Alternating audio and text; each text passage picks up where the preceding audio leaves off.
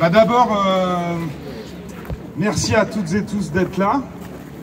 C'est vrai que souvent les copains me disent d'arrêter de dire merci, mais non en fait, vraiment merci.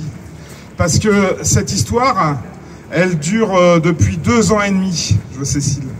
Elle dure depuis 2 ans et demi, et depuis 2 ans et demi, vous êtes là, il y a une mobilisation qui est large, qui réunit l'ensemble de notre champ social, syndical, politique. Et moi j'ai bien conscience que si cette mobilisation elle est encore là 2 ans et demi plus tard, c'est que le sujet, c'est pas que ma petite personne.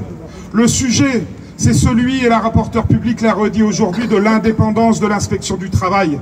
C'est celui d'avoir dans ce pays un corps de contrôle qui tente de veiller, avec moins de 1800 agents pour 20 millions de salariés, qui tente de veiller à faire appliquer un code du travail qui toujours est du côté de la partie faible du contrat, parce que l'on n'est pas égal lorsque l'on est au travail, parce que pendant 8 heures lors du travail, eh bien on est sous la subordination juridique d'un employeur, et que tant que les choses se passent bien, tant que tout fonctionne, alors c'est parfait. Mais lorsque les choses dysfonctionnent, lorsque les relations de travail sont détériorées, alors oui, les salariés ont un recours, c'est l'inspection du travail, ce sont les inspectrices du travail, les inspecteurs du travail. Et dans ce pays, le bras gauche de l'État est maltraité, malheureusement, et il est maltraité depuis des années. C'est ça qu'il faut restaurer, et c'est ce qui est dit aujourd'hui, ces attaques face à l'indépendance de l'inspection du travail.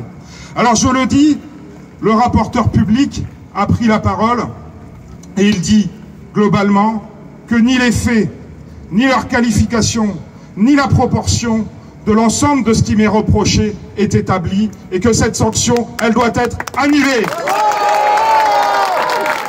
Alors moi je vais rester avec vous serein, comme on l'a été depuis le début. Je n'ai fait que mon travail, mes collègues n'ont fait que leur travail. Nous continuerons à ne faire que notre travail, tous ensemble, solidaires, on attend le jugement et on continue. Bravo !